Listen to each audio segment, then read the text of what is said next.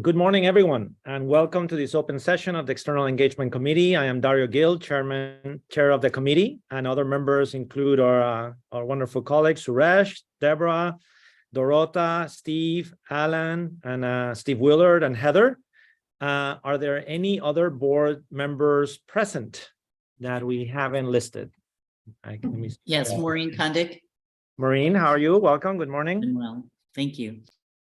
Matt Malkin, I'm present. Hey, Matt. Kevon Stassen.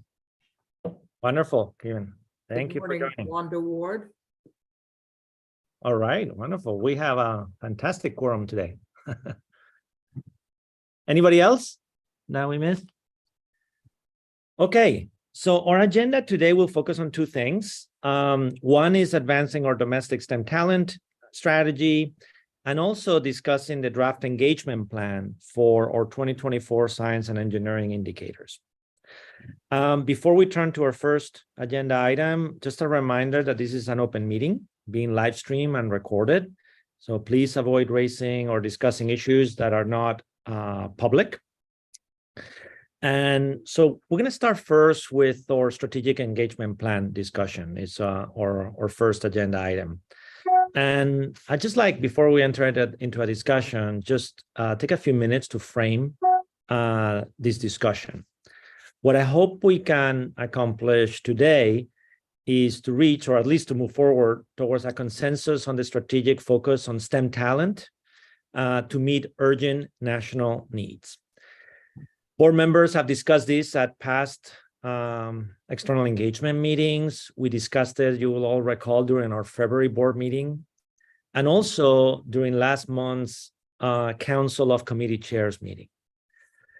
The objective is for the board to develop and to create a clear, crisp, and compelling message and strategy to take to Congress and the White House that delivers on an urgent national need and garners support for the National Science Foundation and other key agencies that can deliver against these goals. So remember, like in this hat and for this discussion, there's an element of it of when we're looking, as a board into NSF directly, there's an element in, of course, in our core mission that is about providing science and technology, advice and recommendation to Congress and the White House. So we're looking particularly on this second lens for this conversation. There's a few things that we know to frame the dialogue we're going to have. Is one, that STEM talent and the role of NSF in developing is greatly valued by Congress, by the White House, and by industry. We also are keenly aware that developing STEM talent is a central 2030 Vision 2030 priority, right, that the board has put out. And we also know that the U.S. is falling short in developing its domestic STEM talent, particularly acutely in its failure to recruit and retain the missing millions that is so well highlighted in Vision 2030. We also know, and we've discussed, that we have a very high level of dependency on foreign talent. And, and in particular, for example, for critical tech fields like in computer science and computer engineer and semiconductors, a number of areas, coming from China as a huge dependency, a number of students that populate those areas. And also we see that in recent years, less foreign talent is coming to the US for STEM education and work because of immigration policies or competition with other countries that are attracting talent, also driven by the effect of the pandemic. So we have discussed in the months past that in relation to this field, we could face over the years to come shortage of critical talent. We could envision, for example, a scenario that was discussed where there may be less talent over the years or the decade ahead coming from China, as an example, to come to study to the US and join the workforce in the future. And compounded to this, and this is the intersection between STEM talent and national security needs, we also know that our national security agencies urgently need STEM talent especially skilled technical workers. And that if you combine sort of these factors and these dimensions, that it's our hypothesis and the idea to put forward that we need a national response to this challenge that is commensurate with the scale of the problem. And that might be something on the scale of a National Defense Education Act that was a centerpiece of our nation's response to Sputnik, which powered our science and engineering workforce for decades. So in this context, NSF can play a key role on this because it helps develop at the level of undergrad, and graduate levels, a tremendous amount of capacity for the nation, and that we could really ramp up the scale of some of these programs, or including new initiatives, with sufficient, will and resources to meet some of these national security needs. We've also talked that even flagship initiatives like TIP and regional innovation engines can play a role in developing that. So there's already additional resources that can be leveraged towards these goals. And lastly, that we also can leverage data and evidence to support these objectives. And Indicators 2024, especially the K-12, higher ed, and STEM labor force reports, is going to provide fresh data on the scale and urgency of the crisis, and can be used to inform NSB policy one-pagers and briefs centered around talent, security, and competitiveness that we can engage with members of Congress and the White House. So the strategic engagement plan that was on the board book is the updated memo that we have been discussing over the last few months. And it lays out how external engagement and other board committees might advance a strategy focused on STEM talent. Again, just to emphasize that this doesn't mean that the board won't continue its work in other areas, but it does mean that we've all agreed that this would be kind of a unifying lens, and that we've all agreed that across the different committees, this is an area that we would tackle collectively, but then within the specific responsibility of each committee, like external engagement, with a focus. So I'd like to stop there as an introductory part to this first part of the discussion, and now open up for discussion, where that memo that was there can be the basis of the discussion in terms of the strategic engagement plan, validating the agreement on the goals and the problem statement, or if you want to discuss that further.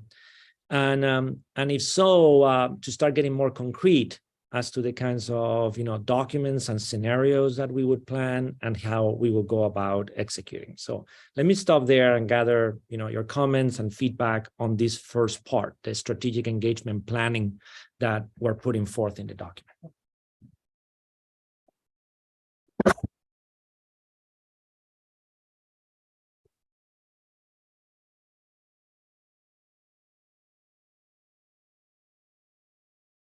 I have just one clarifying question, if I might. Of course. In reviewing the memo, the April 6th dated memo in Diligent, says this memo focuses on committee actions to advance goal number 2, STEM talent.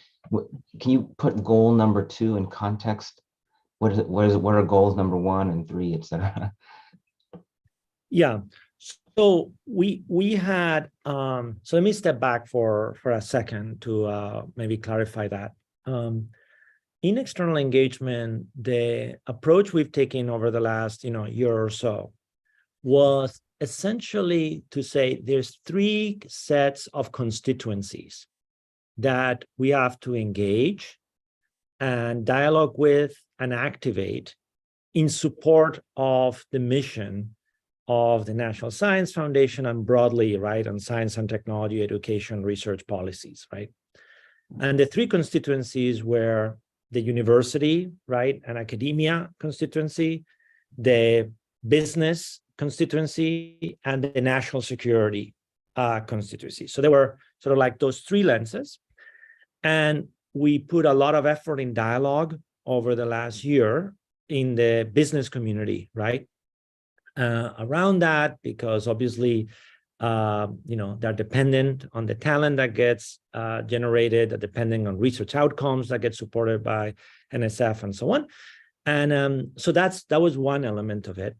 But we also then recognized that we wanted to have a more strategic focus on the national security dimension of it. What is the dependencies are there, the needs around that, and to really develop an engagement approach with those constituencies. Now, what is unifying across all three, we decided, is rather than doing through a technology lens, meaning let's make an argument to, since it's kind of like my background and other areas, about why AI is important or why semiconductors is important or quantum across those three constituencies, that the lens that would be unifying would be STEM talent. But in the end, each constituency will come at it from a slightly different perspective with slightly different set of issues. But the unifying agreement would be, we all agree we need to do something different and a different scale on the STEM talent dimension. So that's kind of like at a high level strategic intent of what we're trying to achieve through EE. I think the good news about it is, as Dan and Vic have alluded to, is that there's an appetite and desire to say not just EE to carry that lens, but all the committees. Can we all work across where this is a unifying lens that we're going to put a lot of focus on why we need to do something different? Hopefully, let me pause there, see if that clarifies the question you were asking. Or Dario, can I just jump in to build on what you said? Just the way this document, to try and answer Yvonne's question, is organized, that sort of goal number one is sort of viewed as near term, like focus on NSF appropriation. And goal number two is the medium term bucket, which is the STEM talent, because that's going to take a while, right? It's now, but it's also carries out. And then there's a long term bucket. That's another way to think about that, if that's helpful. That helps. And Suresh has his hand, and so does Dorota. Okay, let's go, Suresh. Dario, thank you very much. On the near-term, medium-term, long-term goals, is it any way we can add engagement with the state also, and also trade organizations with reference to different industry focus we have also, just adding on to those goals, some of the stakeholders we can add to them. That's it. I'll stop. Sure, thank you. Yes, sounds good. Dorota? So yeah, it's pretty much the same idea. I just maybe want to phrase it slightly differently that Suresh just presented. I really like the lens, this collective lens of academia, business, and national security component. It's really extremely important and unifying under STEM development. But again, given the opportunities that we are seeing right now from commerce, from NSF, from DoD, I think the component of economic development in the region or in the state should be added as the additional lens or partner in this endeavor, because they are all very much focused on building workforce within their regions. That's all I had to say. So I think that within those vectors, like let's just say economic development, let's just stay on that for a second. There are stakeholders that are both public and private and happen from local to state to federal to small companies, medium-sized and large companies. So the stakeholders in there can be, for sure, we want as many allies as possible, right? Nothing, I mean, that's all good. And of course, at the state level, there are dimensions of it that are not just the economic ones. That could be education and research dimensions of it, and and including even critical sectors and national security considerations, because obviously there's many of those facilities and activities that happen in the state level. So I think across those three vectors, we want as much participation and leverage from all the different actors as we can practically gather. Any other? Suresh, do you have your hands up? Is it or it was from the previous, or you have another comment? I see your hand. I'm sorry, that was leftover. It was a leftover hand. There you go. Any other comments? And so, or validation that you think the framing is correct, that what we're gonna do, because then we'll proceed with some more discussions around on the data and the evidence in a minute.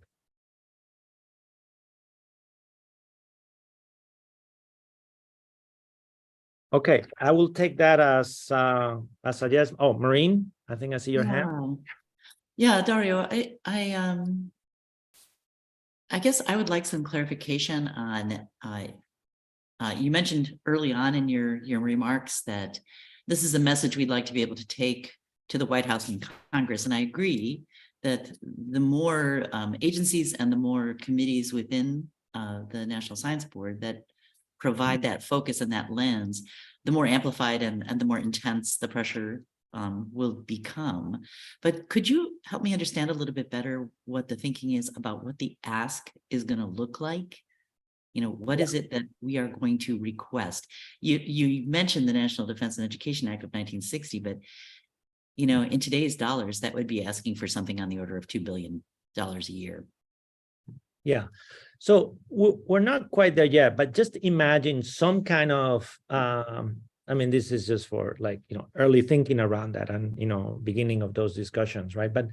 But this element of it probably is not just to say, well, just give more money to NSF, right? As an example, but is rather there may be the possibility of an act that it is at the intersection of skills, right?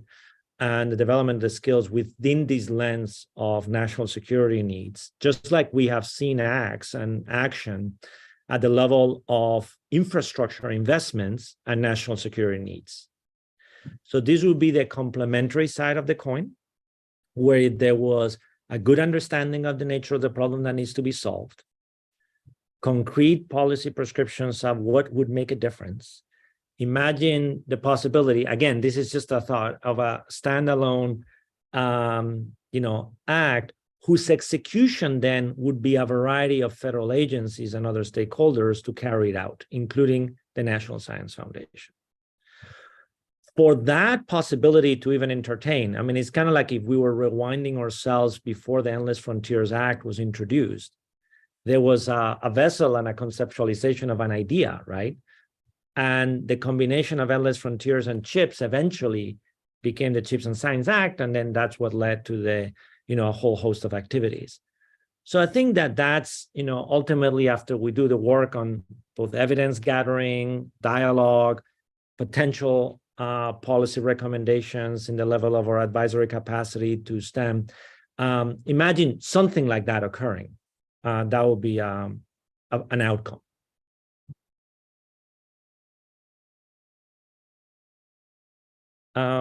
Heather and I think Heather, you have your hands up. Yeah. Thank you, Dario. Just a couple of pieces of feedback. First of all, I found this memo to be very helpful. One of the things that may be embedded in here is the continued focus on results and data on results.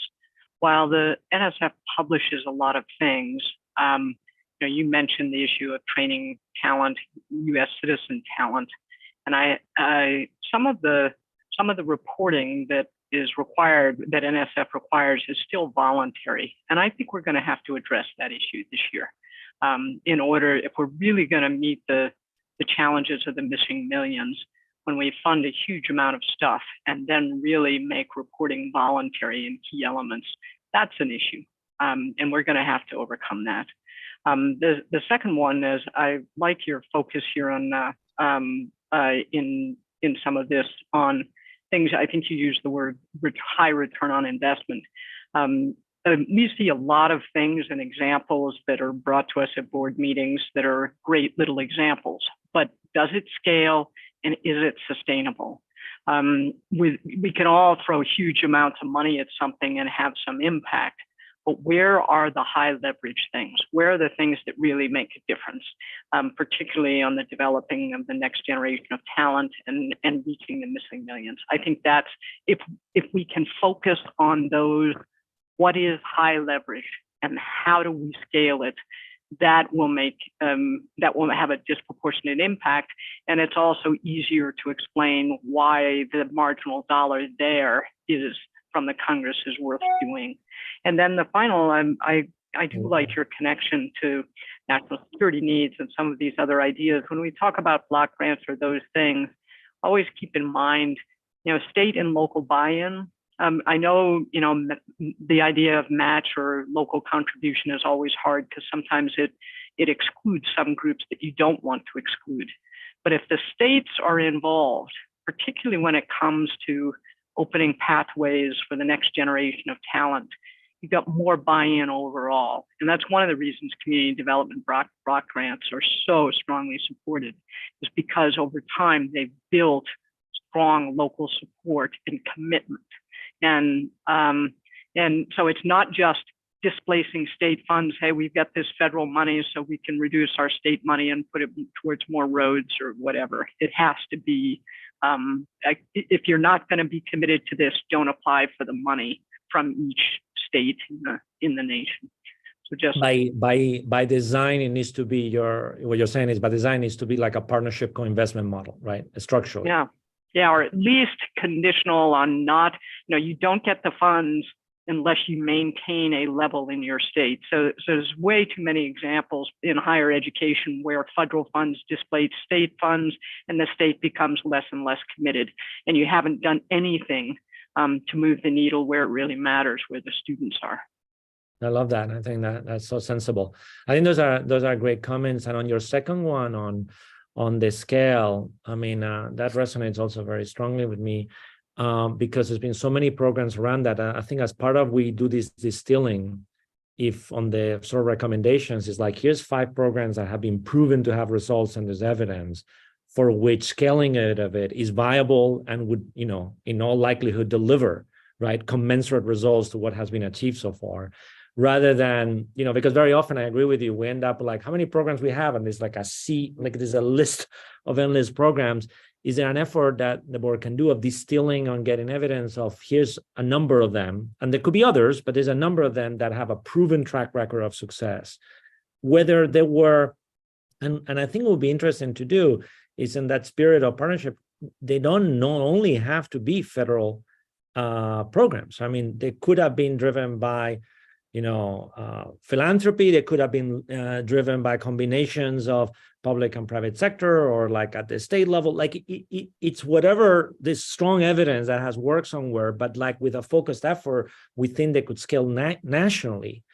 And I think that would be very valuable, right, to have at least that lens and put something. And it's actually not very expensive for NSF to also fund the research on what, if we're trying to get more master's and PhD students who are minorities, as an example. Some of this research is done in universities. To my knowledge, it's not generally NSF funded, to look at what are the most effective techniques at getting first generation college students to go on to graduate school. And then you promulgate those lessons learned, the data-informed lessons learned across multiple universities, because we're doing terribly at it right now, and we're not moving the needle. Yeah, that's excellent.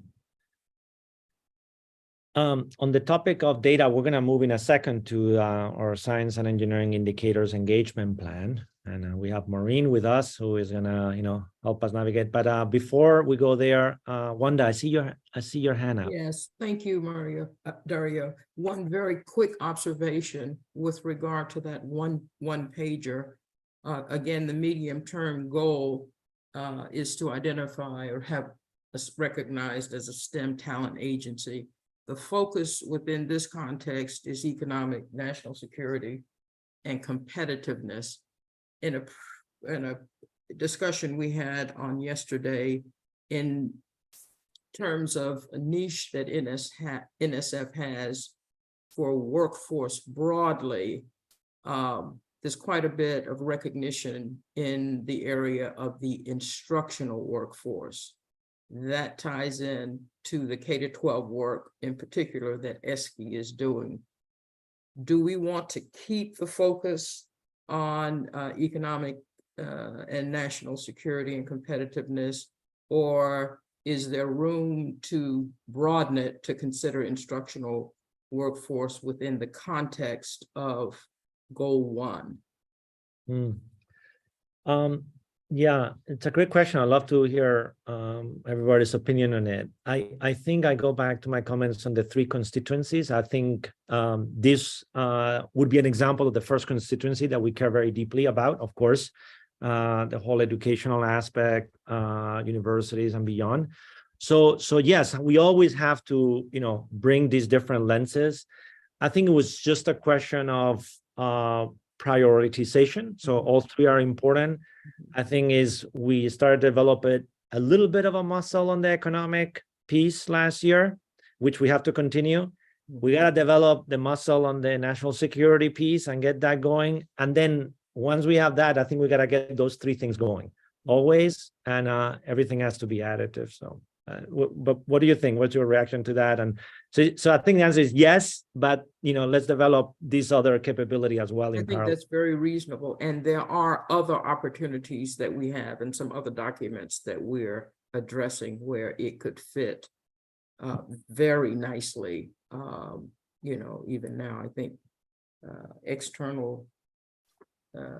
the external policy document that's underway, it seems to fit there well. I just wanted to throw this out for consideration now so that we're all on the same page. Definitely. I mean, if we have, good things to communicate and engage externally with the right documents around that, we should do it. I completely agree. I mean, we should always be touching on those constituencies when we have material that is ready. All right, so let's move to our second agenda item, which is to discuss a draft of the indicators engagement plan. This plan builds on previous indicators engagement initiatives and seeks to align with a strategic focus on STEM talent, as we have been discussing. You'll see that's organized into a proposed primary goal, followed by a strategy and potential tactics, the document. It has also a secondary policy neutral goal. And there's a table that was included in the Diligent board book. Hopefully you'll have a chance to take a look at that. I think it's, what is it? Page 5, right? Of the Diligent board book. Where you get to see there the anticipated report releases and major NSV engagement junctures. And of course, those will become much more detailed once there's an agreement on the primary goal and the strategy and the tactics that we've laid forth. So at this point, I would love to, since Maureen has joined us and and leads that effort for the board, to offer her to add additional comments and and share some of those goals with all of you, so that then we can follow up with a conversation following the plan.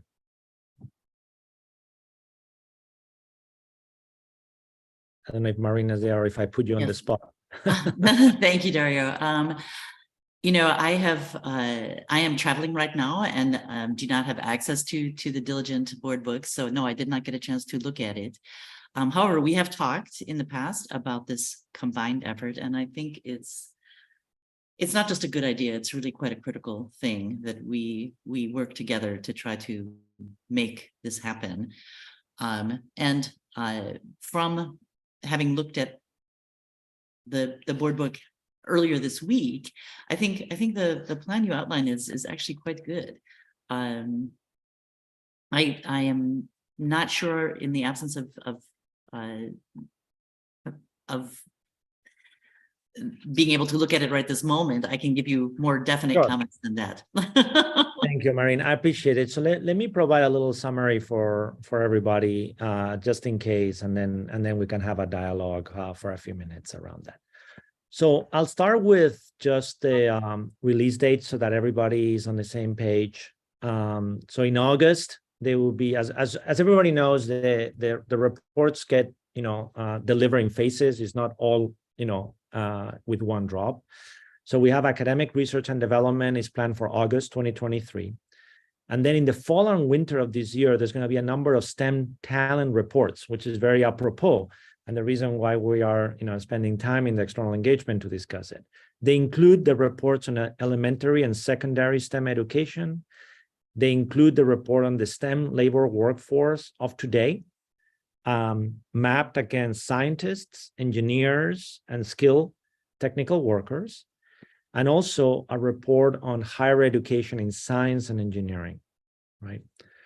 Then, in the winter 2023 and 2024, there will be a number of reports focused on US trends and international comparisons. There's a report on invention, knowledge transfer, and innovation, etc. So that's what it was described. And I just want to make sure that everybody in the external engagement had the opportunity to look at, so that you know what's coming out, because we will then have an opportunity to communicate, right, and engage with the constituencies with these reports around that. So that was one element. That's just more a transfer of knowledge to all of you of when it's happening. Insofar as the engagement plan that is on page 4 of the Diligent Board Book, and consistent with our primary goal, which is where we're seeking validation from all of you, we have a primary goal here on strengthening U.S. competitiveness and security through policies that develop domestic STEM talent as a primary goal. That we have a strategy of actively engaging with all the influential entities that can help those goals across the 3 constituencies that we talked about. And then what you see here is a list of tactics that are at current fairly heavy on engaging with members of Congress and congressional committees, as well as other forms of engagements in terms of briefings and webinars, etc., but with a heavy focus on engaging with Congress, specifically just given the bandwidth of the board and the number of things that we can achieve. So you see a set of tactics they are listed that are going to require that we also produce policy briefs, short briefs that contain both the evidence from science engineering indicators, as well as recommendations on actions that we should do. So that's going to require some action by all of us, by staff, in collaboration with NSF, to produce these documents, engage in these meetings with members of Congress towards that high-level primary goal that I stated. So what we wanted to do in this meeting is just, to the extent that you've had a chance to look at it, if you have any feedback on it or recommendations, and whether you have agreement on what we're trying to achieve insofar as the engagement plan for the relevant science and engineering indicators data that the board is producing and is mandated to report to Congress. So Maureen, I think you have your hands up. Kayvon had his hand up, and then Maureen. Okay, perfect. Kayvon, please. Just to clarify, the list of STEM talent reports in fall, winter 23, and then additional reports, winter 23, 24, all of those reports and the one pager are to be developed by NSB, by Committee on External Engagement, or by somebody else? No. Maureen's committee developed that. They have Maureen, I'll let you comment on it. They have a very sophisticated, elaborate process to do that. But Maureen, maybe you can comment on how are those created for the benefit of new board members? Yeah.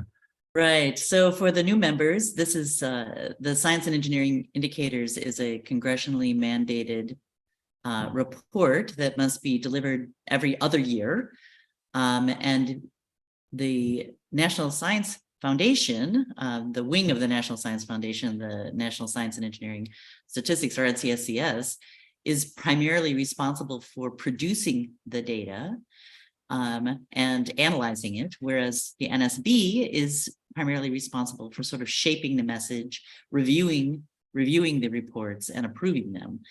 So it's a team effort, definitely, and our colleagues over at NCSCS are fabulous.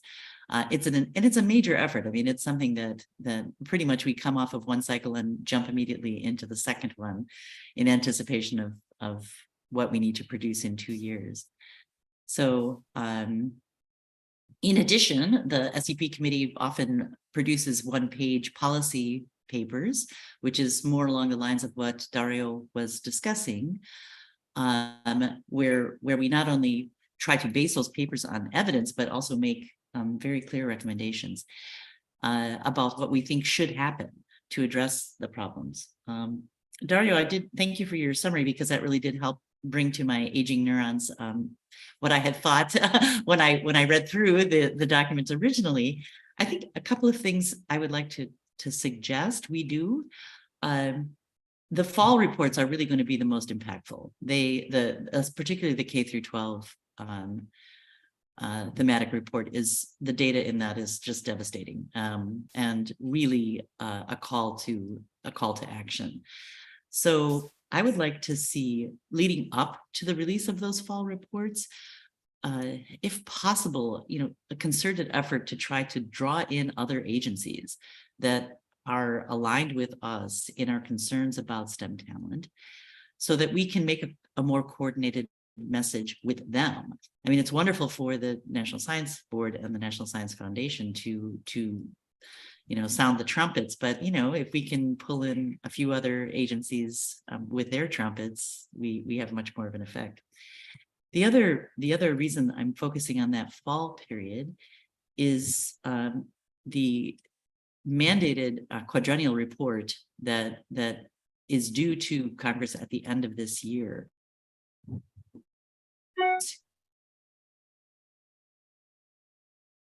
Oops, Maureen, I think we've lost you.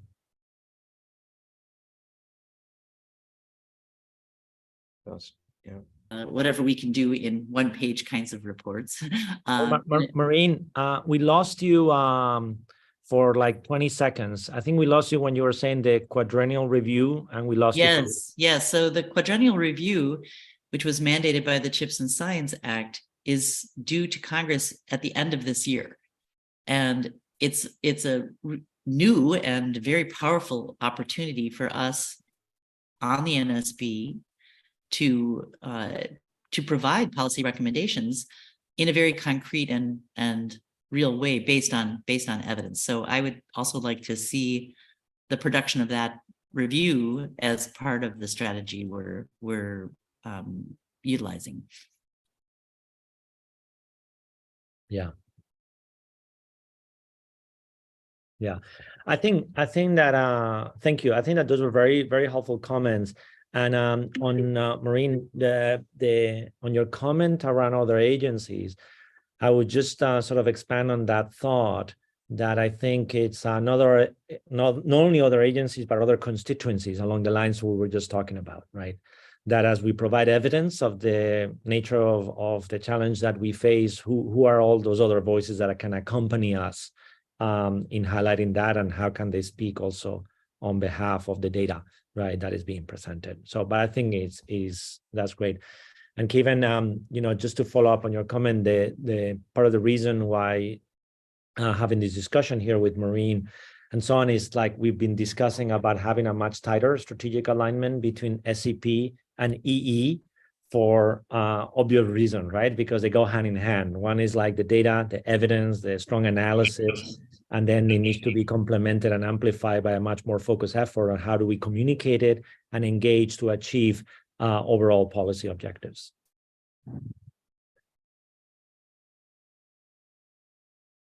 Any other comment and feedback on those goals, the timeline, and sort of the tactics that we're taking around that? Okay. Well, I'll just say I really like the idea of thinking about other agencies to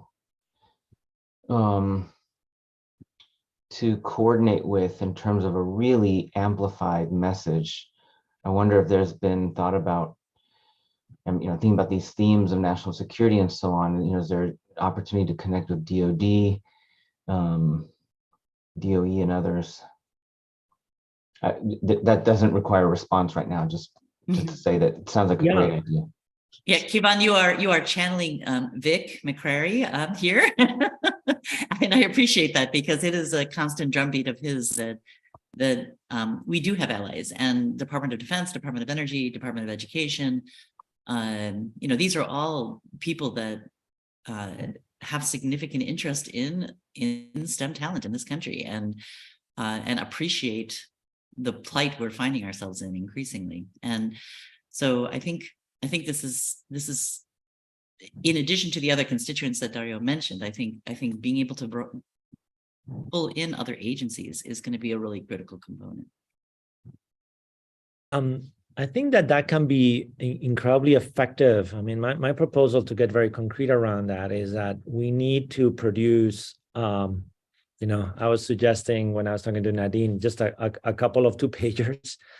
What is the distillation from some of those science and engineering indicators that on a 2-page document, we could highlight some of the most pressing and salient dimensions of the data, right?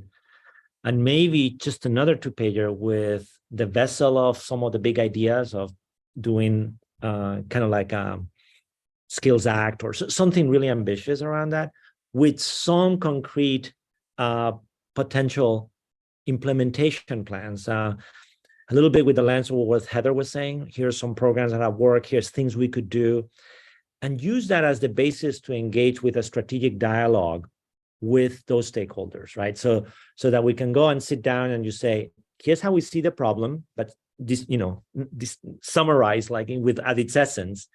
Here's some things that we could do that we believe could move the needle. How do we have a dialogue and see if we can start revising this, right? To get to an agreement that we could all then amplify and work together with Congress and other stakeholders to address these needs. So I was just trying to say, like, to be very practical of producing some documents that are like short and to the point that can be the basis of starting to build natural collaborators. Are you? Suresh? Dario, I have one more suggestion, which is our hallmark, the panel sessions, which EE committee does that. So this is one more approach we can use to bring other agencies to this panel, and then we can continue the conversation based on the reports coming out from the SAP. I'll stop. Mm-hmm. Sure. Yeah, absolutely. Good idea. Kevin, you have a question? Yeah, and I'll just add one more thought. This is a really rich and important discussion, I think. It occurs to me that, maybe even beyond coordinating with some other agencies, this message might be strongest if some of the other agencies actually kind of identify the problem and the need, right? If DoD is saying for national security, we depend absolutely on STEM talent development. If we're hearing from industry to make progress on semiconductors and manufacturing, we need absolutely depend on STEM talent development. And then NSB says, here's a path to a solution. that may be the strongest message. I think you've beautifully summarized the strategy. It really centers around that. It is centered around other voices saying it, essentially, right, at the core of it. And what we're just enabling it through evidence, through the knowledge and expertise that it's present on the board and on the foundation, to see others, to see, do you see the problem the same way? Are we missing something? But in the end, that they are the ones that carry that voice. That has a multiplicative effect compared to if it's, let me put it, bluntly, like the usual stakeholders saying the same thing. But that's very nicely summarized exactly what we're trying to achieve.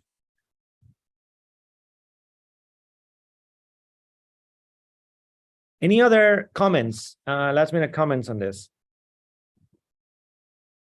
So if not, the biggest gift I can give all of you is to give you 15 minutes back and to, thank everybody for participating and for the good dialogue. And if there's no further business, this open session of the External Engagement Committee is adjourned at 11:45 on April 21, 2023. Thank you. Thank you.